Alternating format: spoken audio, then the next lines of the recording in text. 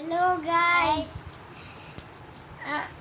তোমরা যারা যারা ফুল পছন্দ করো বরিশাল দোকানেতে চলে আসো, ফুলের দোকানেতে চলে আসো।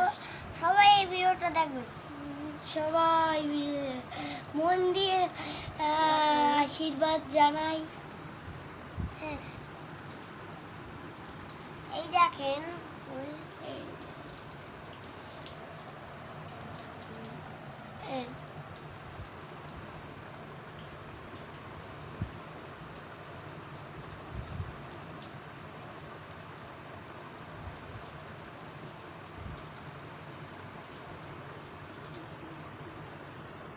এটা ফুলের গন্ধ নেই গাইস।